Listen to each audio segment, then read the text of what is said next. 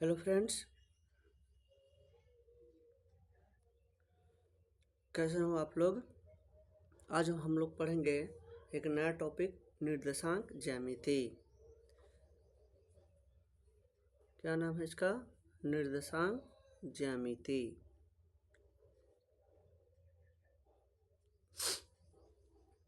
सबसे पहले आते हैं इसके डिफिनीशन पे। निर्देशांक ज्यामिति की परिभाषा।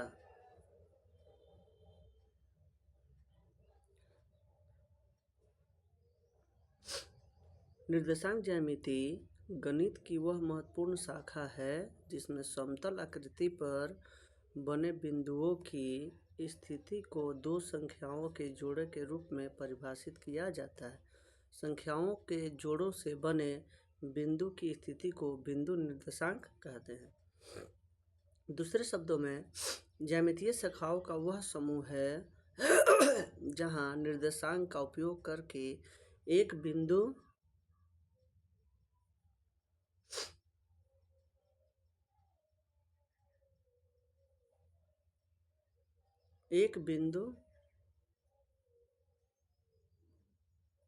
दूसरे शब्दों में, ज्यामितीय शाखाओं का वह समूह है जहां निर्देशांक का उपयोग करके एक बिंदु की स्थिति को परिभाषित किया जाता है, वह निर्देशांक ज्यामिति कहलाता है। अब आते हैं इसके अक्ष के बारे में, क्या होता है, कैसे होता है।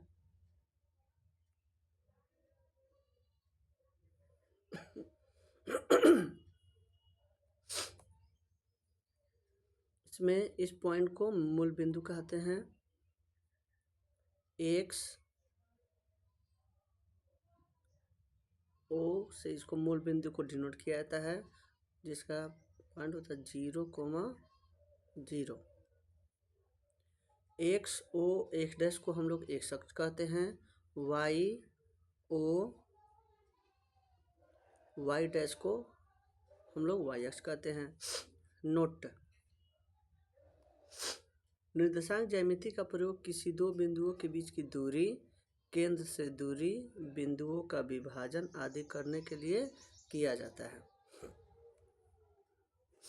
ये जो मेरा अक्ष है, इसको बोला जाता है फर्स्ट कोऑर्डिनेट यानी प्रथम चतुर्थांश। X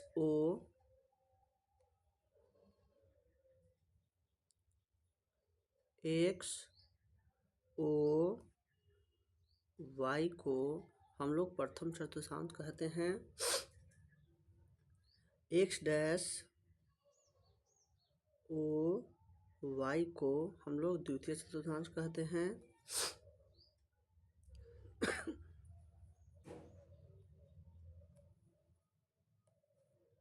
x dash O Y dash को हम लोग तृतीय चतुर्थांश कहते हैं। एक्स ओ वाई डैश को हम लोग चतुर्थ चतुर्थांश कहते हैं। जब भी हम इसका नामकरण करेंगे तो पहले एक्स वाले टर्म को लेते हैं, फिर वाई वाले टर्म को लेते हैं। अब जो है मेरे जो चारों चतुर्थांश हो गए, तो प्रथम चतुर्थांश जो होता है तो इसको बोला जाता है 90 डिग्री। तो प्रथम चतुर्थांश जो होता है, यहाँ पे एंगल बनता है 90 डिग्री का, और ये फर्स्ट कोऑर्डिनेट यानी प्रथम चतुर्थांश में दोनों जो हैं प्लस होते हैं। क्या होते हैं? दोनों प्लस होते हैं। द्वितीय चतुर्थांश में जाएंगे तो एक्स कोऑर्डिनेट जो होता है वो तुम्हारा हो जाएगा माइनस, और वाई कोऑर्डिनेट वाला क्या होता है? प्लस हो जाता है। थर्ड कोऑर्डिनेट में जाते हैं तो एक्स डैश ए भी माइनस रहता है, और वाई कोऑर्डिनेट दोनों क्या होता है? माइनस माइनस होता है। दोनों माइनस माइनस होता है। चतुर्थांश कोऑर्डिनेट में पहले एक्स वाला टर्म आता है तो ये प्लस होता है, और सेकेंड कोऑर्डिनेट जो आता है मेरा वाई अक्ष वाला तो ये माइनस होता है। इसको हम याद रखेंगे, इसके आगे चल के फॉर्मूला में क्वेश्चन में यूज करेंगे। नोट में है निर्देशांक ज्यामिति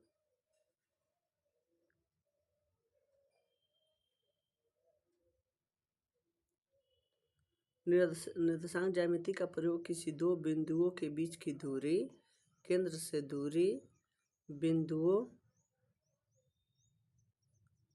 का विभाजन आदि करने के लिए किया जाता है। अब आते हैं निर्देशांक ज्यामिति के चतुर्थांश। एक्स ओ एक्स डैश क्षैतिज अक्ष है, इसे एक्स अक्ष भी कहते हैं। वाई ओ वाई डैश ऊर्ध्वाधर अक्ष है, इसे वाई अक्ष भी कहते हैं। एक्स ओ एक्स डैश तथा वाई ओ वाई डैश रेखाएं एक दूसरे को ओ बिंदु पर लंबवत काटती है। एक्स ओ वाई तल को प्रथम चरण अथवा कोटि कोऑर्डिनेट कहते हैं। एक्स डैश ओ वाई तक को द्वितीय चरण कहते हैं। X dash O Y dash तल को एक्स डैश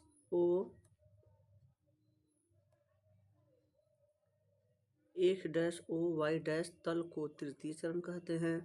एक्स ओ वाई डैश तल को चतुर्थ चरण कहते हैं।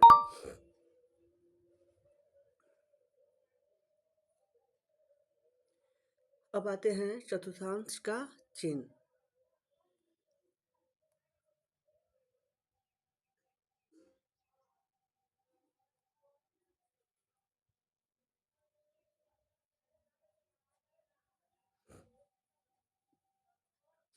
प्रथम पाद यानी चरण यानी फर्स्ट वाला जो होता है मेरा फर्स्ट कोऑर्डिनेट,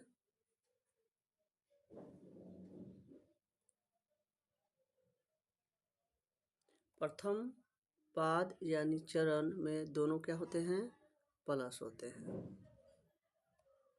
द्वितीय पाद यानी सेकेंड कोऑर्डिनेट जो होता है मेरा, इसमें एक्स वाला टर्म माइनस होता है और सेकेंड वाई वाला टर्म प्लस होता है। जब भी हम लेंगे तो फर्स्ट एक्स वाला कोऑर्डिनेट इसको एक्स का बोलते हैं, एक्स का वैल्यू यहाँ आता है।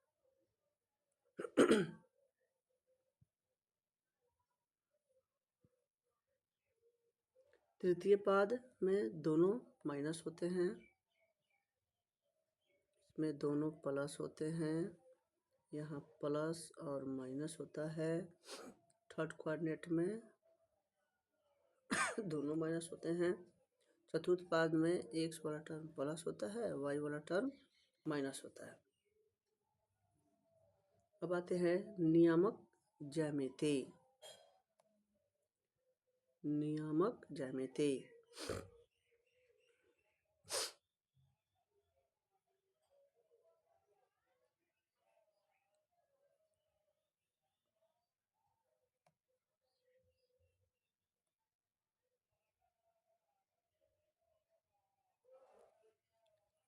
एक्स एक्स डैश यानी ये जो मेरा लाइन बना है,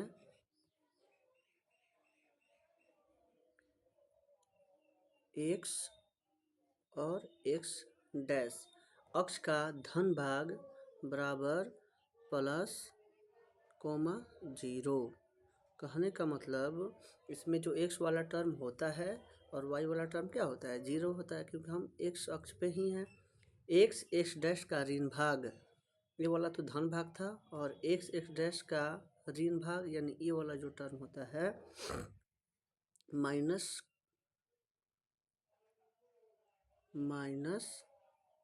और 0 होता है।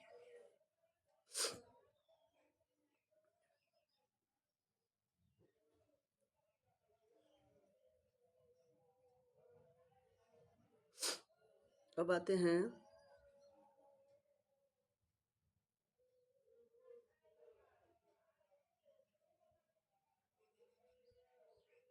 Y Y dash. इसमें है वाई अक्ष का धन भाग यानी ये वो जो ऊपर वाला टर्म है, ये वाला वाई अक्ष का धन भाग है, जहाँ पर एक्स का वैल्यू जो है वो 0 होगा और वाई का जो वैल्यू होता है वो प्लस में होता है। वाई वाई डैश का ऋण भाग यानी जो नीचे वाला ये वाला जो टर्म होता है, यहाँ पर y का वैल्यू 0 होता है और x का वैल्यू 0 होता है और y का मान नेगेटिव होता है, माइनस होता है। मूल बिंदु यहाँ पर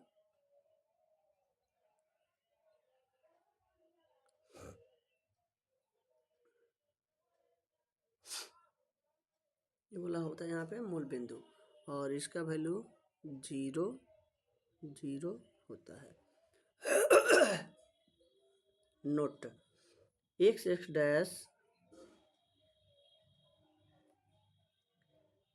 डैश अक्ष के प्रत्येक बिंदु y नियामक शून्य होता है।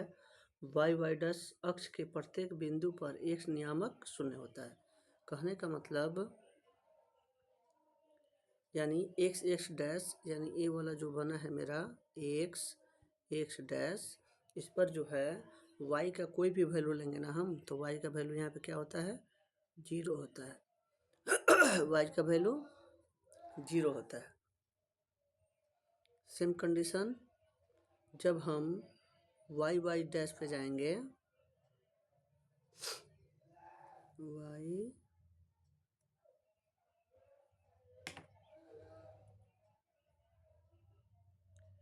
सेम कंडीशन जब हम y डैश पे जाएंगे तो इस पे जो है x वाला जो वैल्यू है वो 0 होता है। प्रत्येक बिंदु x नियामक शून्य होता है और y का वैल्यू जैसे हम पॉजिटिव में बढ़ेंगे तो ऊपर जाएंगे, इधर जाएंगे, और जब नेगेटिव वाले टर्म में आएंगे तो नीचे आएंगे। मूल बिंदु पर x नियामक तथा y नियामक दोनों शून्य होता है। मूल बिंदु यानी इस पॉइंट पर जब हम आते हैं तो मूल बिंदु x का वैल्यू और y का वैल्यू दोनों का वैल्यू क्या होता है 0 होता है, तो इसको हम लोग मूल बिंदु बोलते हैं। अब आते हैं नेक्स्ट पॉइंट, दूरी सूत्र। नेक्स्ट हम लोग का है दूरी सूत्र, डिस्टेंस फार्मूला। तो इसको हम लोग कैसे निकालेंगे?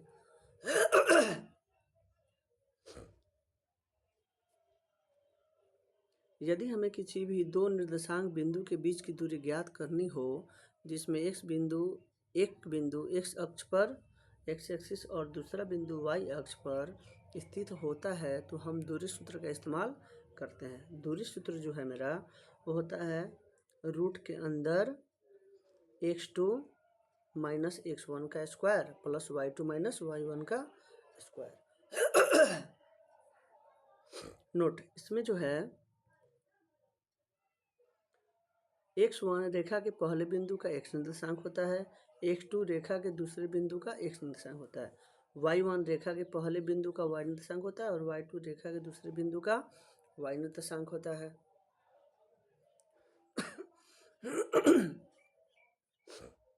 x अक्ष पर स्थिर बिंदुओं का निर्देशांक x, 0 यानी y निर्देशांक 0 तथा y अक्ष पर स्थिर बिंदुओं का निर्देशांक 0, y यानी x निर्देशांक 0 होता है और मूल बिंदु का निर्देशांक 0, 0 होता है।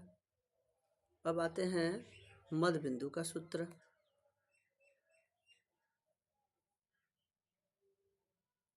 मध्य बिंदु का सूत्र, किसी भी दो निर्देशांक बिंदु के बीच के मध्य निर्देशांक बिंदु ज्ञात करने के लिए मध्य बिंदु सूत्र का प्रयोग किया जाता है। जहां a कोई बिंदु है जिसका निर्देशांक a x1 y1 है तथा दूसरा बिंदु b जिसका निर्देशांक b x2 y2 है, इस स्थिति में मध्य बिंदु का निर्देशांक p xy होगा। अब हमको यहाँ पे x का वैल्यू निकालना है, तो x का वैल्यू निकालने के लिए x1 प्लस x2 को जोड़कर 2 से भाग कर देते हैं। सेम वैसे ही y का वैल्यू निकालना होगा, तो y1 प्लस y2 बटा में 2 कर देंगे, तो इसे y का निकल जाएगा। अर्थात अगर हमको p का निर्देशांक निकालना होगा, है तो ये जो हो जाएगा x बराबर, x का वैल्यू निकालना होगा तो हो जाएगा x1 प्लस x2 और बटा में 2। y का निकालना होगा तो y1 प्लस y2 बटा में 2। यानी कि जो निर्देशांक दिए रहेंगे वो दोनों को जोड़कर x वाले दोनों को जोड़कर 2 से भाग कर देंगे, y के दोनों को जोड़ के y से भाग कर देंगे। अब आता है विभाजन सूत्र।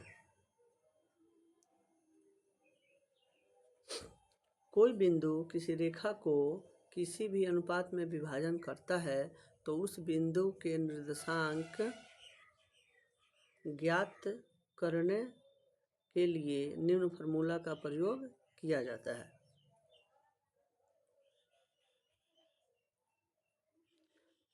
माना कि कोई रेखा ए और बी है जिसमें ए बिंदु का निर्देशांक ए x1 y1 और बी बिंदु का निर्देशांक बी x2 y2 हैं, को m अनुपात n के रूप में विभाजित किया जाता है। तो इसे ज्ञात करने के लिए हमें फार्मूला का प्रयोग होता है और ये फार्मूला है x, और वो फार्मूला है x equal to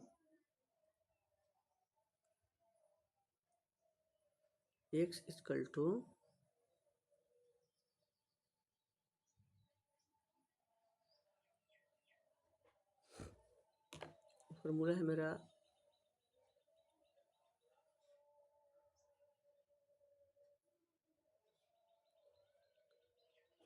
x equal to m x2 plus n x1 बटा में m प्लस n, यानी कि जो दो पॉइंट हमको दिए होंगे, ये वाला a हो गया और ये मेरा b हो गया।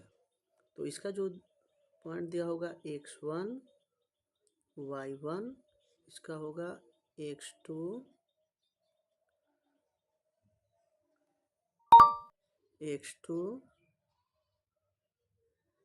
y2। तो इसका जब हमको अनुपात दिया होगा, ये जैसे दे दिया मेरा m और ये हो गया n, तब इससे हमको अगर निकालना होगा तो इसका वैल्यू फार्मूला हो जाएगा m x2 plus m x2 m x2 plus n x1 और डिवाइड में m प्लस n, यानी हम इस दोनों को जोड़ देंगे, इससे मेरा x का निकल जाएगा। अब आते हैं y का।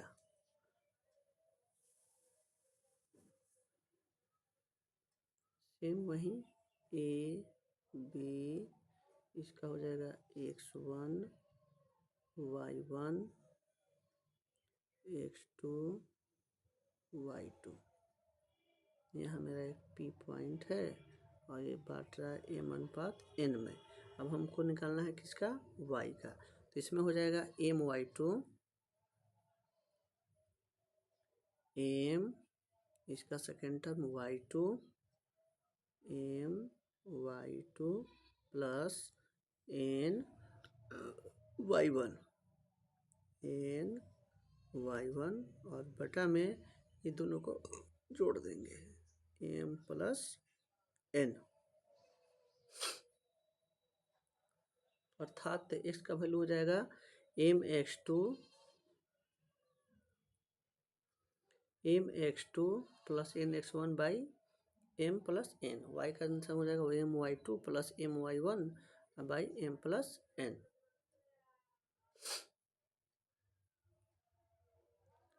नेक्स्ट आते हैं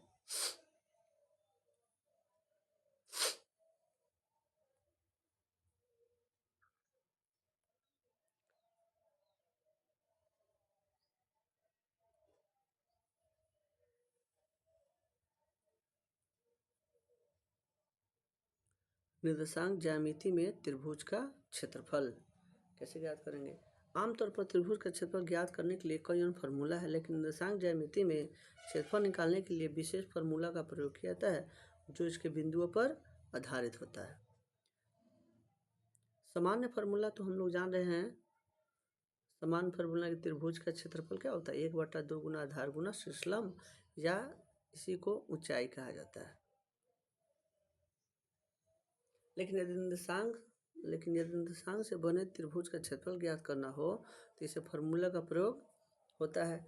माना कि किसी त्रिभुज के 3 बिंदु a b और c हैं, जिसके निर्देशांक a का x1 y1 बी का x2y2 और सी का x3y3। तो अब त्रिभुज का क्षेत्रफल ज्ञात करना है।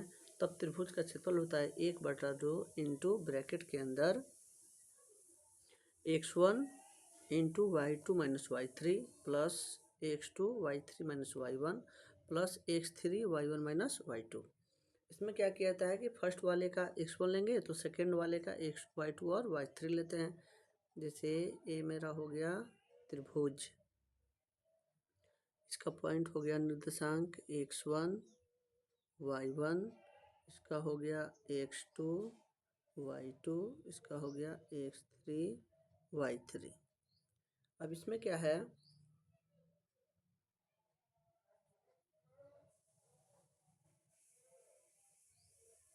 जब हम इसका x1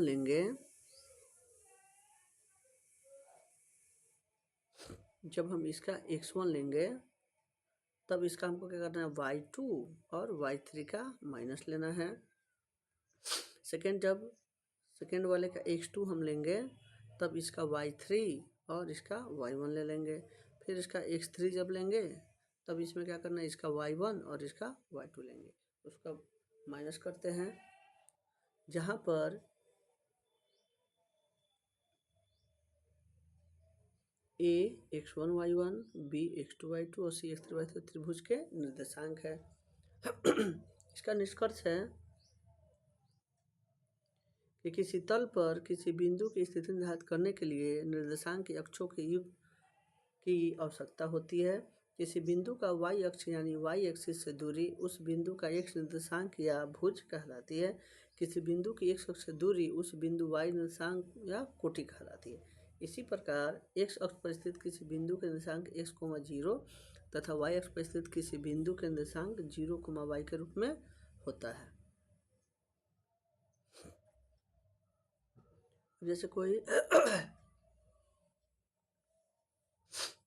वैल्यू है,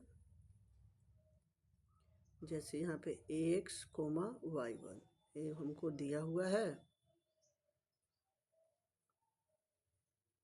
तो x वाला जो टर्म होता है इसको हम लोग भुज कहते हैं। क्या कहते हैं, भुज। और y वाला जो टर्म होता है इसको हम लोग कोटि कहते हैं। क्या कहते हैं, कोटि कहते हैं। आगे चल के यही हमको क्वेश्चन में डायरेक्ट पूछता है, जैसे कोई डिजिट दे दिया 2, 3 और हमसे पूछ लेगा कि इसमें इसका भुज कितना है। तो यहाँ पे भुज कितना हो जाएगा, इसका भुज हो जाएगा